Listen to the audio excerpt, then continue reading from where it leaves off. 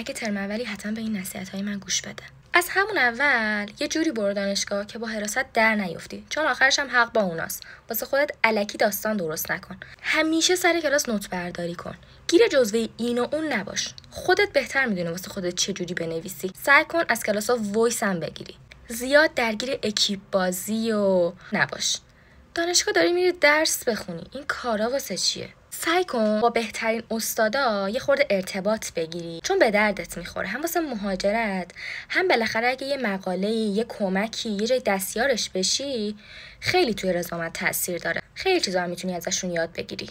درس هر روز و همون روز بخون. نگو من دیگه اومدم دانشگاه، دیگه مدرسه این نیستم، نمیخواد درس بخونم. اصلا این طور نیست. همون ترم اول شروع نکن به افتادن درسا. اگه نخونی واقعا میمونی. سعی کن معدلت الف بشه که بتونی واحدهای زیادتری برداری. سعی کن ترم تابستون رو برداری، بذار جلو بیفتی، حداقل برای ترم آخر سبک‌تر بشی.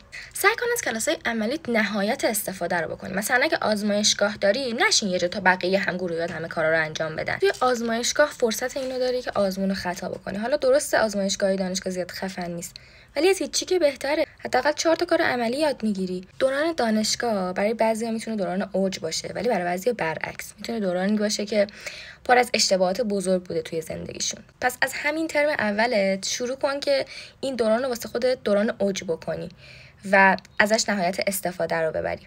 اگه ترم آخری، یه نصیحت برای بچه‌های دانشجوی ترم اولی بکن.